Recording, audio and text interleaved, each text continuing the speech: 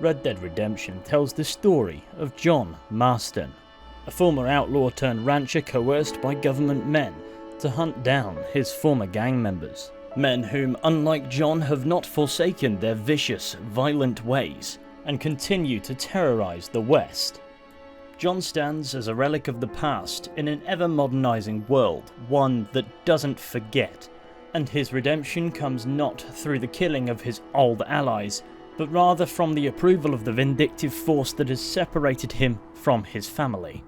The same force that is now blackmailing him to kill his old friends. On the one hand, this ruthless government agency offers a cruel ultimatum, but on the other, for John, it's a truly rare chance of absolvement for the sins of his past. Nonetheless, one thing remains crystal clear. This institution is not an ally, but rather an enemy.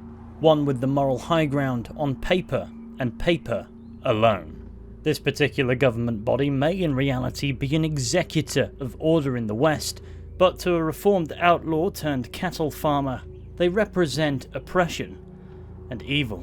And in the story that is embodied by a man, the mastermind behind the demise of the remnants of the Van der Linde gang, Edgar Ross. In today's video, we're going to be exploring the character of Edgar Ross and answering the question: is he a representation of evil, or is he a good man willing to enter morally grey areas for the betterment of society? A question that will certainly sound stupid by the end of the video, if it doesn't already. Be that as it may, it's a necessary question to serve as the entry point into the enigmatic mind of this character. A character we chronologically first meet in 1899, when the Van der Linde gang is more or less at its zenith, and on the cusp of decline following the infamous Blackwater ferry robbery that went wrong, resulting in a long-winded game of cat and mouse between the Pinkerton National Detective Agency and the gang. A pursuit led by Agent Andrew Milton and his protege of sorts, Edgar Ross, who accost Arthur Morgan while he's out fishing with the young Jack Marston. Agent Milton, Agent Ross, Pinkerton Detective Agency, seconded to the United States government. Nice to finally meet. We know a lot about you. Do you? You're a wanted man, Mr. Morgan. There's $5,000 for your head alone. Milton takes point with regards to the talking in this conversation, and Ross more or less stands there in menacing silence. It's clear he's an underling to Milton at this point, and it's also clear that Agent Milton is experienced in dealing with outlaws. Milton enacts his gradual approach to dismantling the gang, offering Arthur Morgan a way out, bringing Dutch Van der Linde in exchange for his own freedom, albeit at a point where Arthur Morgan was far too under Dutch Van der Linde's indoctrination for such an offer to even sound remotely appealing. After a fairly unpleasant interaction, the Pinkertons leave, but not before Agent Ross finally speaks, for one of the only times in Red Dead Redemption 2. Good day, Mr. Morgan. Goodbye. Enjoy your fishing, kid, while you still can. A goading remark aimed at a child no older than 4 years. It's a comment that marks him apart from the respectful demeanour, reasonably speaking, observed in Milton. While Milton made it clear his target was Dutch, Ross's threat was aimed at the most innocent party present, speaking to a much more aggressive demeanour than his partner. And though Milton himself demonstrates that he is capable of acting without ruth, this escalates over the course of Red Dead Redemption 2's narrative. He takes a measured approach, preferring to attempt to divide and conquer first, presumably to mitigate casualties. You come with me, and I give the rest of you 3 days to run off, disappear, and go and live like human beings someplace else. I don't want to kill all these folk, Dutch. Just you. When this approach doesn't work, it's only then that Milton escalates to more extreme measures to bringing down the Van der Linde gang. No more bargains, no more deals. Mr. Milton, this is America. You can always cut a deal. I've given you enough chances. Come on!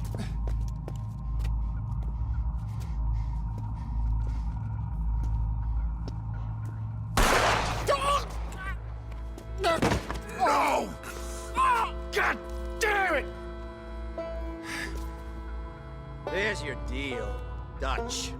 It's only when negotiations are deemed a lost cause towards the latter chapters of the main storyline that Milton forsakes diplomacy and enacts a bloody reckoning against the Van der Linde gang, and though still playing a multi-layered game, is no longer concerned with collateral damage, showing him to be ruthless only because the situation from his perspective demands it. Ross is chiefly present throughout the story of Red Dead Redemption 2 to be seen, not heard. Being a prequel, his being present within itself is fan service, and his throwaway comment to Jack Marston is just to give him something to say, something that brings a Red Dead Redemption plot point full circle. But he's respectfully handled and doesn't come across as Milton's yes man. In 2, he is subordinate to Milton, and goes along with the escalation of the warpath against the Van der Linde gang. However, it's only following Milton's death that Ross gets to present his own approach to tackling the gang. Immediately after finding himself in this leadership position, instead of adhering to the long-winded games of his predecessor, Edgar Ross immediately launches an attack against the gang's camp. This is Edgar Ross with the Pinkerton Detective Agency. Put your guns down! And though it was naturally getting to a point where a raid on the camp was coming anyway, Milton's divide and conquer techniques in the background was getting somewhere, and was about to come to a head, which could have resulted in the Van der Linde gang becoming thinner, resulting in less casualties to the Pinkerton National Detective Agency if Ross had waited. The result of this raid was the Van der Linde gang scattered and disbanded, but both Dutch and the bulk of the gang members would live to fight another day, save for Susan Grimshaw, who was murdered by Micah Bell, and Arthur Morgan, who either succumbed to tuberculosis or was killed by Micah Bell, depending on where your honour's up to. But the point is, due to Milton being killed and the extent of his personal methods being lost on Agent Ross, Dutch Van der Linde escaped. The raid successfully brought an end to the Van der Linde gang as it was known, but it claimed none of the gang members, and only resulted in the deaths of many Pinkertons. It was nonetheless seen as successful because it drove the gang from the region, but the fineries of Milton's master plan went amiss in the end because the finale was carried out slightly more slapdash and cutthroat by Agent Ross, bringing him glory even though the bulk of the effective work had already been done. But in defence of Ross, considering what became of Milton, precision in this final blow was impossible. Agent Ross's significance only really begins to present come the epilogue. By 1907, John Marston had left the outlaw lifestyle behind him, becoming a family man with priorities only focused on his wife and his son, becoming a rancher in the Great Plains of West Elizabeth, a reformed man. Sort of. I couldn't tell you why he took up residence so close to Blackwater, the town where his gang was infamous for a failed robbery turned into a massacre. But as implied by this interaction in Chapter 3... And who are you? Rip Van Winkle. Huh. Good day, sir. John Marston was far from the most infamous member of the gang, so this wouldn't prove to be the undoing of his new life. Instead, that would come from forsaking Arthur Morgan's dying wish for him. Listen to me.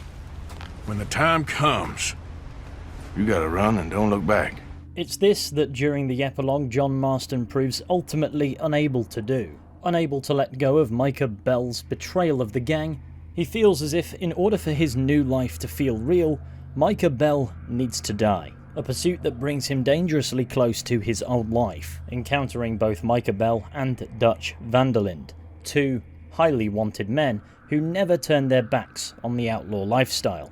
So it stands to reason that they are still actively being pursued by the authorities, and it's in this vengeful act against Micah that Edgar Ross, in pursuit of Dutch Van der Linde, is given a thread to pull on, a thread that leads him, in a roundabout sense, all the way to John Marston's new ranch, where he and his partner, Archer Fordham, leave him, at least for the time being.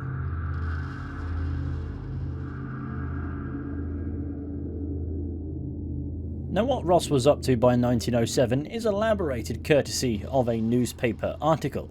In the Blackwater Ledger, his likeness is used above the headline, "The Bureau of Investigation Founded," which reads as follows. The Attorney General has formed an autonomous investigative agency to be headed up by veteran law enforcement officer Edgar Ross in an attempt to track high-profile and dangerous criminals. Ross served for many years as a senior agent with the Pinkerton Detective Agency under the mentorship of the late Andrew Milton, and then went on to work at the National Bureau of Criminal Identification, founded by the National Chiefs of Police Union in 1896, which was tasked to record information on criminals and gangs and work with law enforcement He has also been billed as one of the most humble, innovative and honest law enforcement officers of his class, and colleagues say that Ross produces results where others fail. Upon swearing in, he stated, "I want all criminals to know that here in America, everyone will eventually pay for what they have done."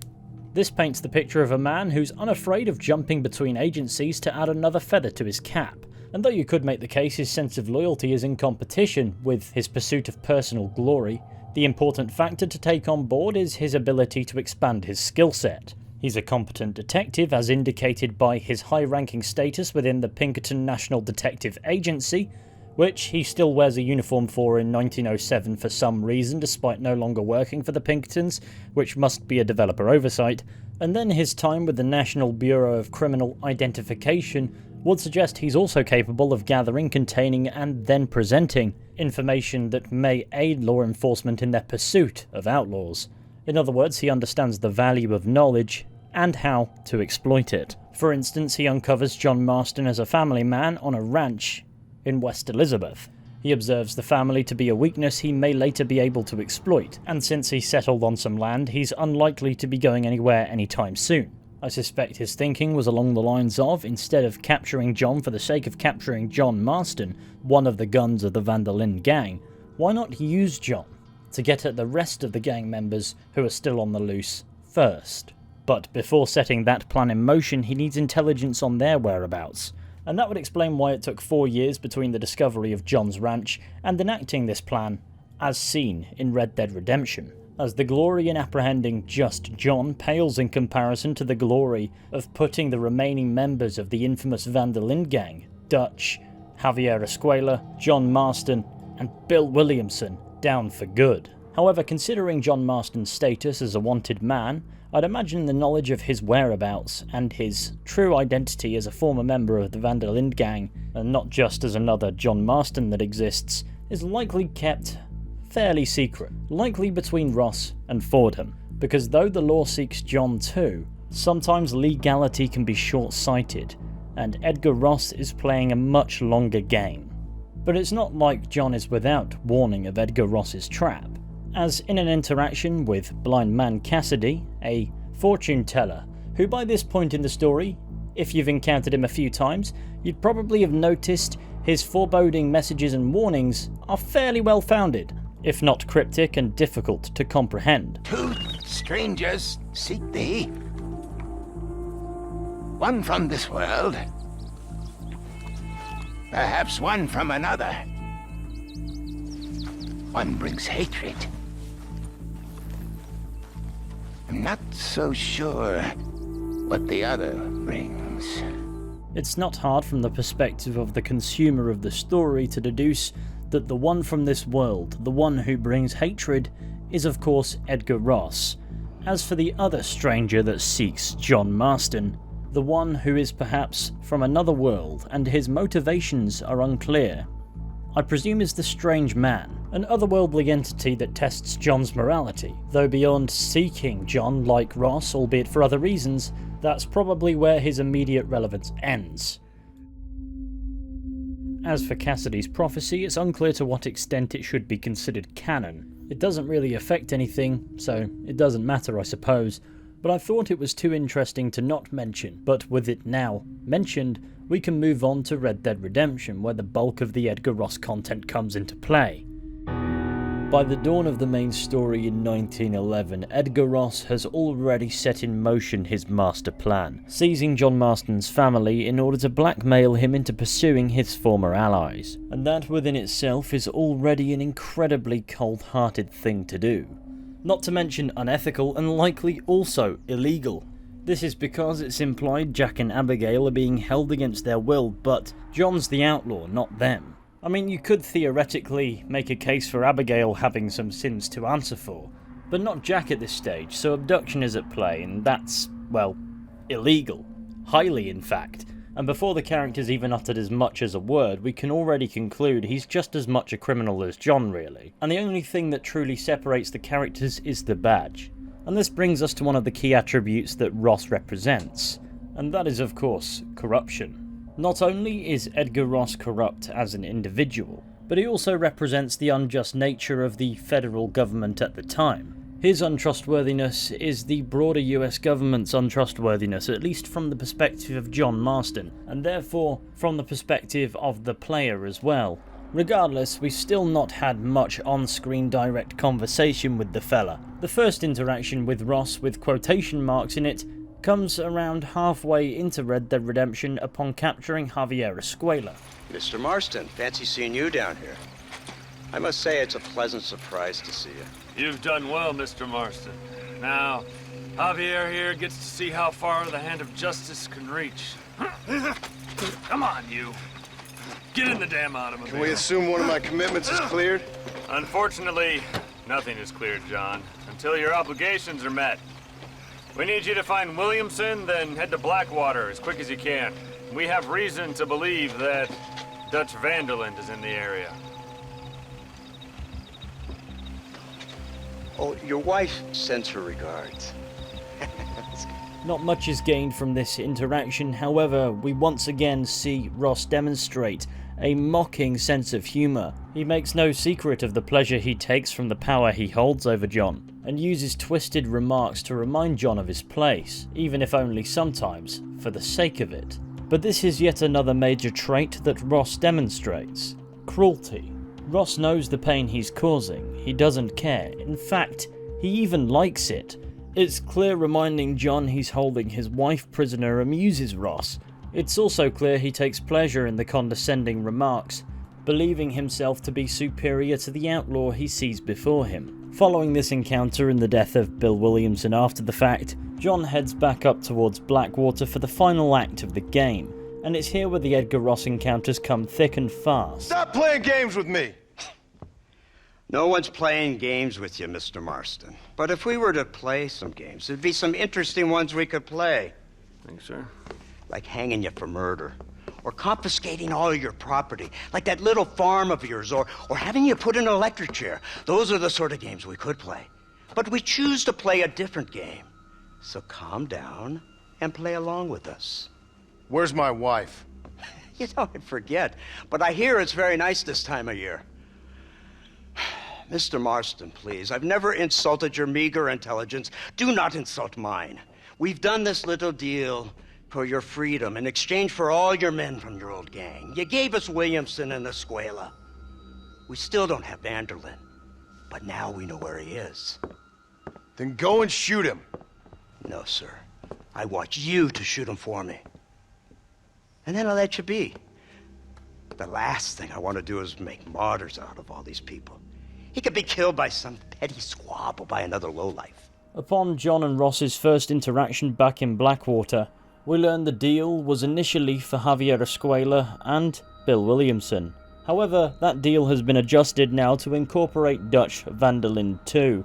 It's unclear if that was a loss in John's interpretation or rather an actual adjustment of the deal. It is made very obvious at various points throughout the story that John does not care for Ross's plans. He only wants his family back, and if there's an easier way to find them than having to kill Dutch, he's gonna take it.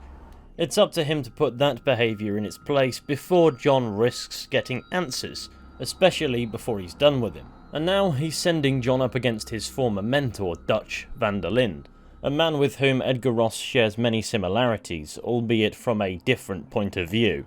You see, Dutch and Ross are both capable leaders who are willing to manipulate the environment around them and then construe it in such a way that makes people naturally either follow them out of a belief in that individual in Dutch's case, or in Ross's, fear of retribution. Though both characters go about it in different ways, they're both well versed in bending others to their will, and the results are often twisted and vicious. It's also worth mentioning both characters like to spout philosophy, without necessarily actually subscribing to the beliefs themselves. In Ross's case, he takes the moral high ground with John despite his actions not giving him anywhere near as much leave to do so. You killed hundreds of innocent people. You've robbed at least 40 banks that we're aware of. They told us there was a prize when you got to 50.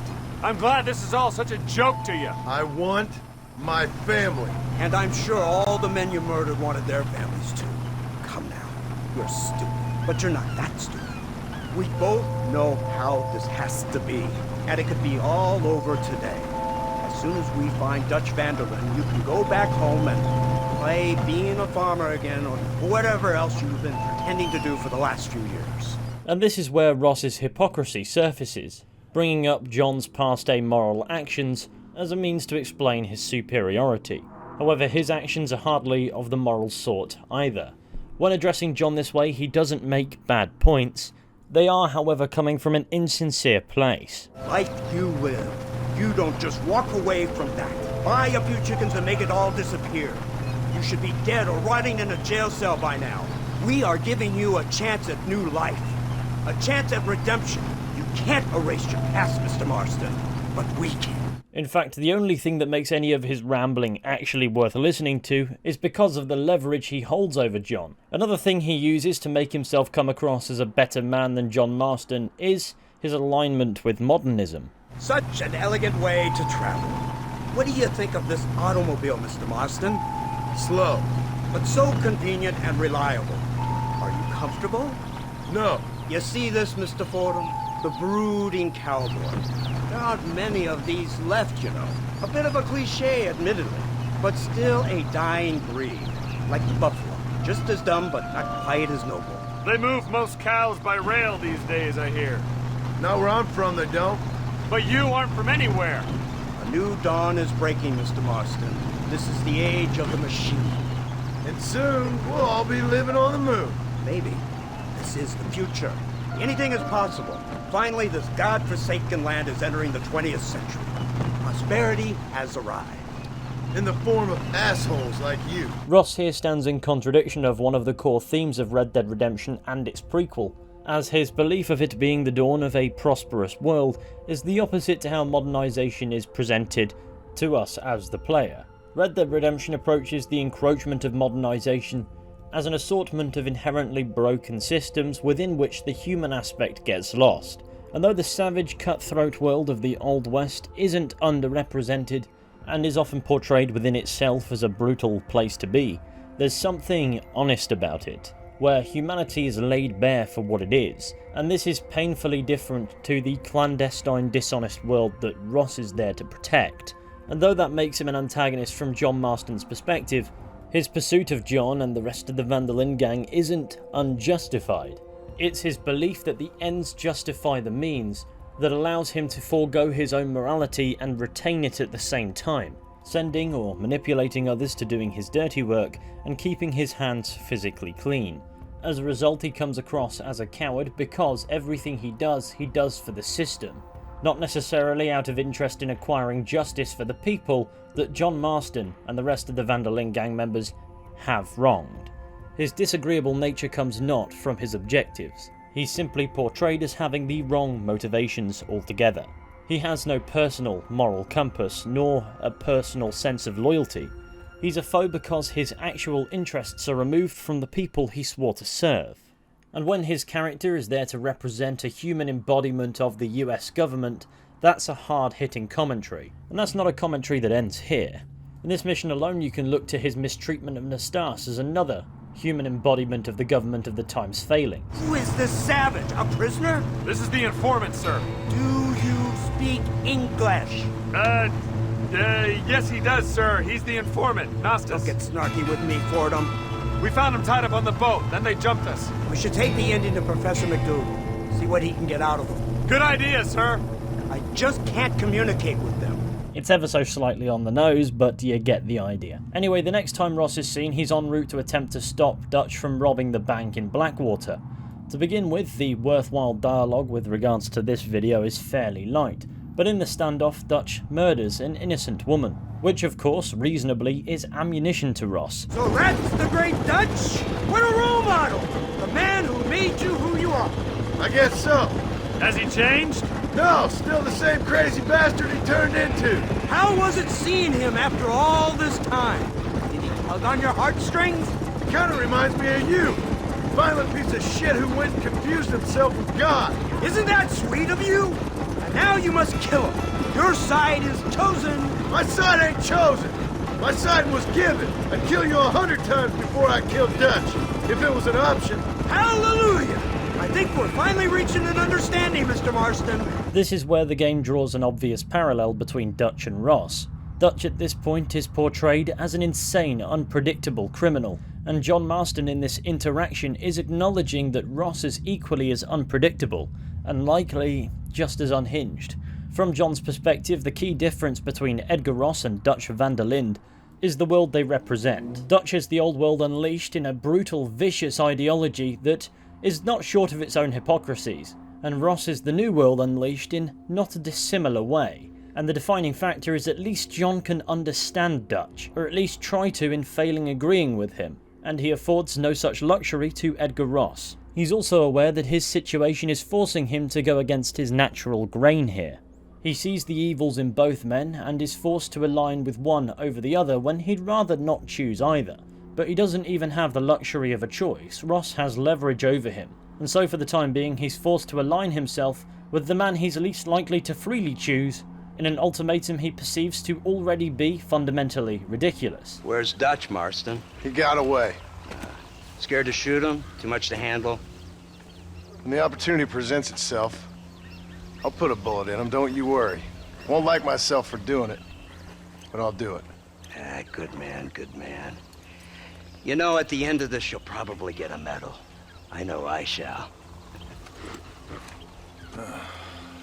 And this is where Edgar Ross's personal motivations are laid bare in a sense. He's after the glory of being the one to finally stop Dutch van der Linde. It's nothing new for us to say, but it's the first time he openly acknowledges that fact. But he's also acknowledging that John Marston too will receive desserts for being involved. And though the medal aspect is little more than a joke, you get the idea that Ross has plans for John that go beyond simply returning his family to him once the deed is done.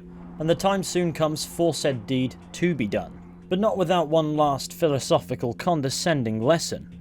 You're an insignificant creature desperately clinging on to life like the rest of the scum in this town. Yeah, I know it's tough. You like Dutch. He's a charming fellow. He makes sense. He's like one of those nature writers from back east. Only he takes things a tiny little step too far. Rather than just loving the flowers and the animals and the harmony between man and beast, he shoots people in the head for money and disagreeing with them. He's a goddamn killer. Now, I'm not a great intellect, but the metaphysical leap from admiring the flower to shooting a man in the head because he doesn't like the flower is a leap too far. So, I know it's easy. You see, me and Archer, we're the bad guys. We enforce the rules. Now, while the rules may not be perfect, they're really not so bad. Exactly. What's the alternative? Yeah. See, I'll tell you what the alternative is. It's not complicated. It's about one man and his gun versus another man. Sure, civilization may be dull, but the alternative, Mr. Marston, is hell. And the way you enforce this civilization, this freedom for men to like or not like flowers, or whatever in God's name you were just talking about, is to kidnap a man's wife and son? Well, I know there's contradictions. I'm not going to lie to you. Yeah, as I said, I'm not a great intellect. Now, after the debacle with the army and the bank, we have to put Mr. van der Linde to rest ourselves. Will you help us? Do I have any choice? Now that you mention it, no. Then what was that pretty speech in aid of? I don't rightly know, but it sure felt good saying it. All of that philosophical gobbledygook is acknowledged for what it is. The moral justification behind Edgar Ross is malleable. It simply boils down to whatever suits him and whatever feels good to say. He doesn't make terrible points about there being no real alternative to having to uphold the order one way or another, but to him and John this speech is just noise. He knows the government represents a flawed and corrupt system within which human beings tend to get lost. But he's indifferent to that. He's simply amused by the notion that it matters. His focus is solely on bringing down Dutch van der Linde, and will accomplish this goal by any means necessary, as indicated by abducting John's family and coercing him to do the deed for him. So in this final one-sided debate, both John and Ross know that any premise of a true moral high ground is simply just noise. Nevertheless, Dutch van der Linde is still a maniac, one that needs to be stopped, and thus John Marston, Edgar Ross, Archer Fordham, the army, etc. motion to put an end to him once and for all. Well, Mr. Marston, it seems like your mentor Dutch no longer looks quite so kindly to his student. That man is insane. So it seems. I think we need to get him before sundown. As you say, Captain. Otherwise, he'll be gone again. And what if I say no? Now, before I shoot you myself, let me just point out the obvious. The one person we have left that can appeal to Mr. van der Linde is the last person we know who knows him. Your wife. That won't be necessary. Mr. Ross, Captain, let's go. I don't know why John decided to put up yet more resistance in the process, because at this point a headbutting contest with Edgar Ross has a foregone conclusion. So instead, John, as instructed, fights his way to Dutch van der Linde with intent on killing the man, who saves him the effort. Our time has passed, John.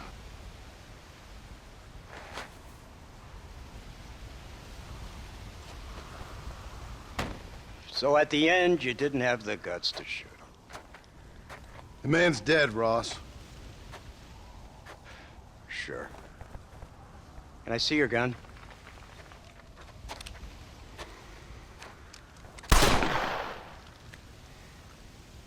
Oh, trust me. It looks better in the report that way. Where's my family? Your wife was killed in a prison riot last week. So, I'm only joking, dear boy. They were sent back to that Scrabble ranch of yours in Beecher's Hope. They're quite safe and sound. They better be. Thank you, Mr. Marston, for everything. I know this wasn't easy for you, but I have to say, you've done your country proud. Yeah, exactly. See you around, John. Try to stay out of trouble. Come on, Archer. Let's go find somebody else we can annoy. And that concludes John Marston's association with Edgar Ross. However, there are some back-end bits and bats to dissect. Firstly, Edgar Ross shoots Dutch's corpse, because, as he states, it looks better in the report.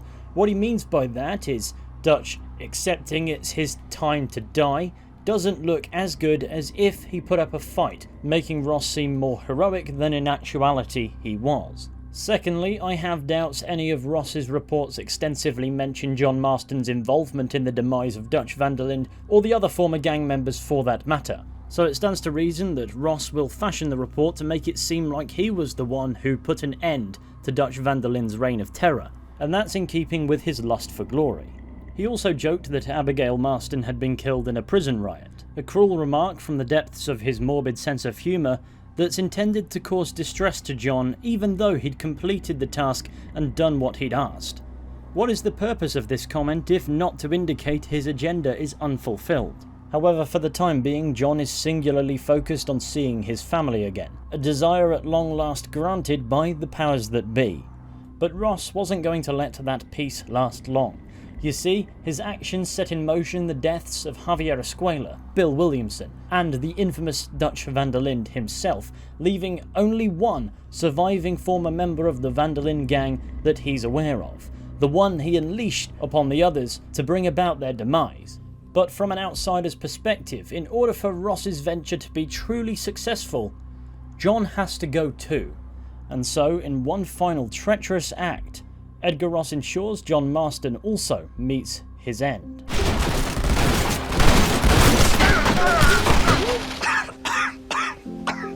They will come for you, friend. When they do, you will not have a choice. have lived better than most. Sometimes I just wish I'd known more about life. Wish I'd had better guidance. This is a fine spot. See you around, cowboy.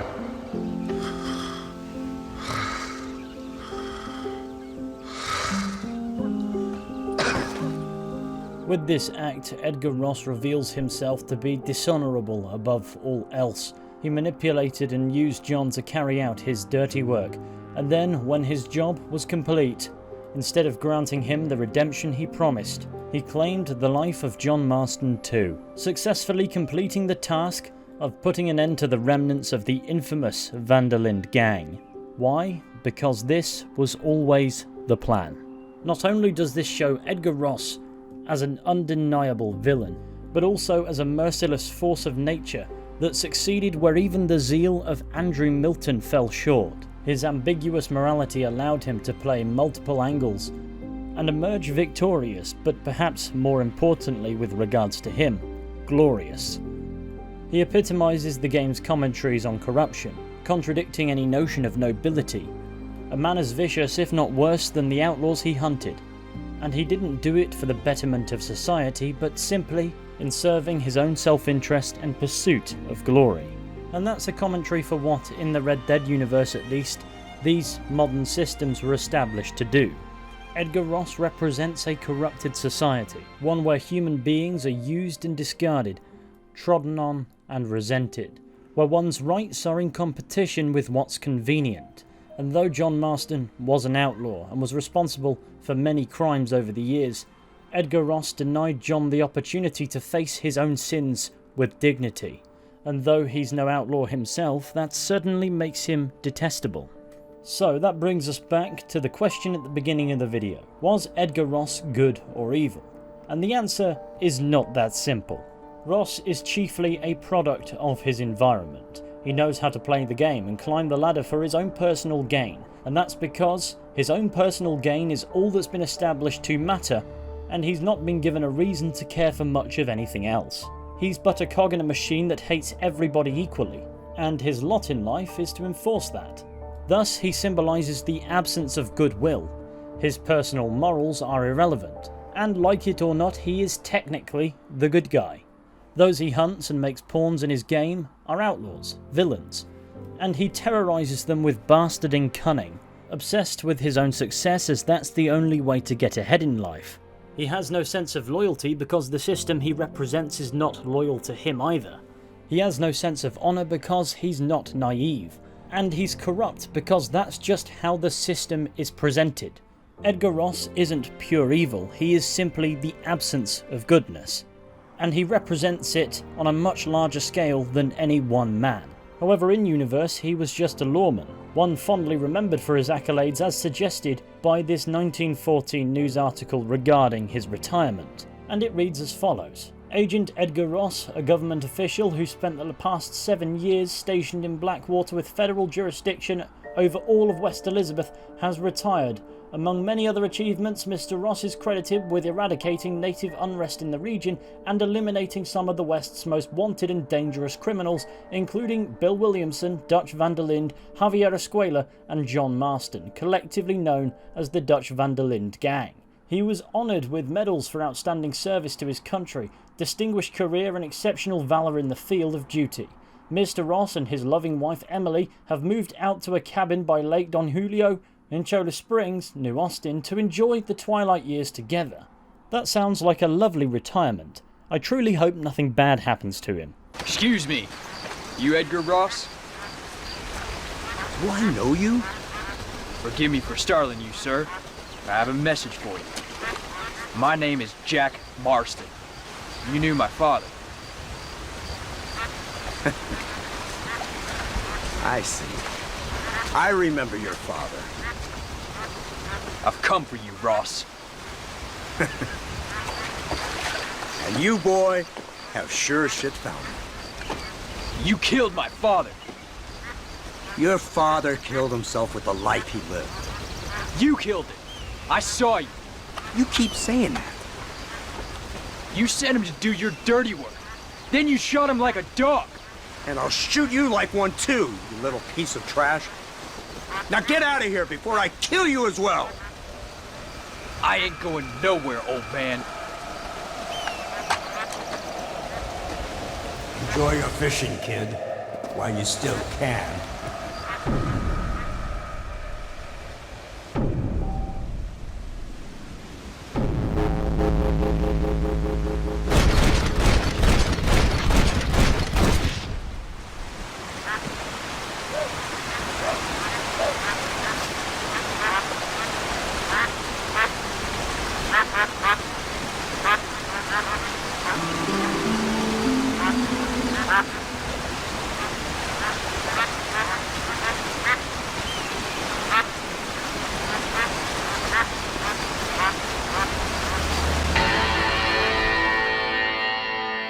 In absence of much else intelligent to say, I suppose that's where today's video is going to end.